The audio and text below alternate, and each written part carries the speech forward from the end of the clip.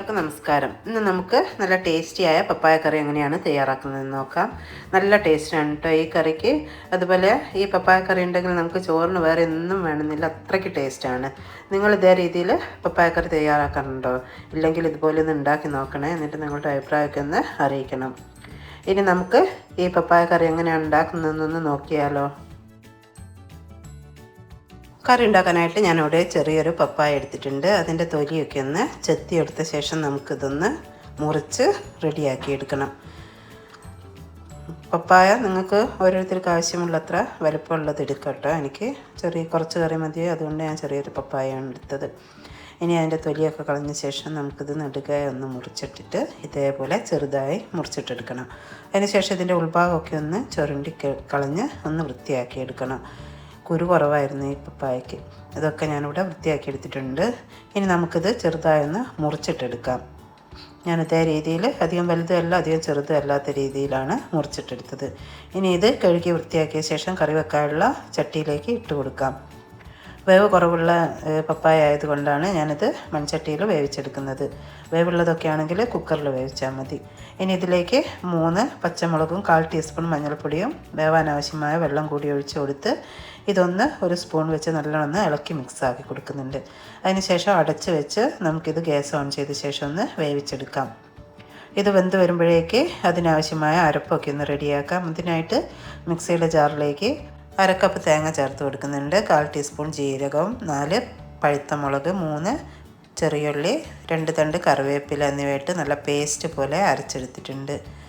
ഇത് അരയ്ക്കുമ്പോഴേക്ക് നമ്മുടെ പപ്പായൊക്കെ ഇവിടെ നല്ലോണം വെന്തിട്ടുണ്ട്. ഞാനതൊന്ന് കൈ വെച്ച് അമർത്തി നോക്കുന്നുണ്ട്. കണ്ടില്ലേ, നല്ലോണം വെന്ത് വന്നിട്ടുണ്ട്.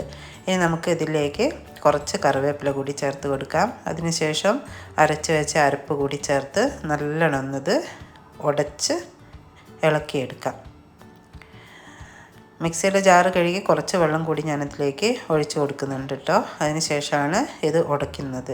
ഇതേ രീതിയിൽ ചട്ടിയുടെ ഒരു സൈഡിൽ വെച്ചൊന്ന് അമർത്തി കൊടുക്കുകയാണ് ചെയ്യുന്നത്. മുഴുവൻ പപ്പായ ഇതേപോലെ ഉടച്ചെടുക്കണ്ട, കുറച്ച് എടുത്താൽ മതി. അങ്ങനെയാകുമ്പോൾ കറിക്ക് നല്ലൊരു ടേസ്റ്റ് ആയിരിക്കും, നല്ലൊരു കട്ടി ഉണ്ടാവും. ഇനി ഞാനിതൊക്കെ ആവശ്യത്തിന് ഉടച്ചെടുത്തിട്ടുണ്ട്. ഈ സമയത്ത് ഇതിന് ഉപ്പോ എരിവോ എന്തെങ്കിലും വേണമെങ്കിൽ ചേർത്ത് കൊടുക്കുക.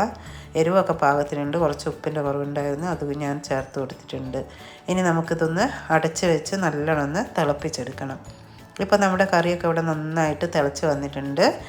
ഇനി ഇതിലേക്ക് നമുക്കൊരു പ്രധാന ഇൻഗ്രീഡിയൻ്റാണ് ചേർത്ത് കൊടുക്കേണ്ടത്. ഞാനിത് നല്ലോണം ഇളക്കി കൊടുത്ത ശേഷം ഇതിലേക്ക് 1 കപ്പ് തൈരാണ്. അത് ഞാൻ മിക്സിയുടെ ജാറിലിട്ട് അടിച്ച് വെച്ചിട്ടുണ്ട്. അതൊന്ന് ഈ കറിയിലേക്ക് ചേർത്ത് കൊടുക്കുന്നുണ്ട്. നമ്മൾ അത് തൈരും മോരും ഒക്കെ ചേർത്ത് കൊടുത്താൽ അതിന് ശേഷം തിളപ്പിക്കേണ്ട ആവശ്യമില്ല. മൺചട്ടി ആകുമ്പോൾ ഈ ചട്ടിക്ക് തന്നെ നല്ല ചൂടുള്ളതുകൊണ്ട് ആ ചൂട് മതി. നമ്മുടെ തൈരൊന്ന് പാകമാവാനായിട്ട്, കറി ഒന്ന് സെറ്റായി കിട്ടാനായിട്ട് ഞാൻ ഗ്യാസ് ഓഫ് ചെയ്തതാണ് കേട്ടോ. നമ്മുടെ ടേസ്റ്റി പപ്പായ കറിയൊക്കെ റെഡിയായി. ഇനി നമുക്കിതിനൊരു വറവ് റെഡിയാക്കണം. അതിനായിട്ട് ഞാനൊരു ചെറിയ പാൻ അടുപ്പത്തേക്ക് വെച്ചിട്ടുണ്ട്. പാൻ ചൂടാകുമ്പോൾ 1.5 ടേബിൾ സ്പൂൺ വെളിച്ചെണ്ണ ഒഴിച്ച് കൊടുത്തിട്ടുണ്ട്. അതിലേക്ക് കടുകും 1/4 ടീസ്പൂൺ ഉലുവയും ചേർത്ത് കൊടുത്തിട്ടുണ്ട്. 2 വറ്റൽമുളകും 3-4 ചെറിയുള്ളി മുറിച്ചിട്ടതും ചേർത്ത് കൊടുത്തിട്ടുണ്ട്. പിന്നെ 1 തണ്ട് കറിവേപ്പില, 1/4 ടീസ്പൂൺ മുളക് പൊടി കൂടി ചേർത്ത് കൊടുത്തിട്ടുണ്ട്. ഈ മുളക് പൊടി ചേർത്തപ്പോൾ ഞാൻ ഗ്യാസ് ഓഫ് ചെയ്തിട്ടുണ്ട്. അതിന് ശേഷമാണിത് മൂപ്പിച്ചെടുത്തത്. ഇനി റെഡിയാക്കി വെച്ച വറവ് നമുക്ക് റെഡിയാക്കി വെച്ച കറിയിലേക്ക് ഒഴിച്ചു കൊടുക്കാം.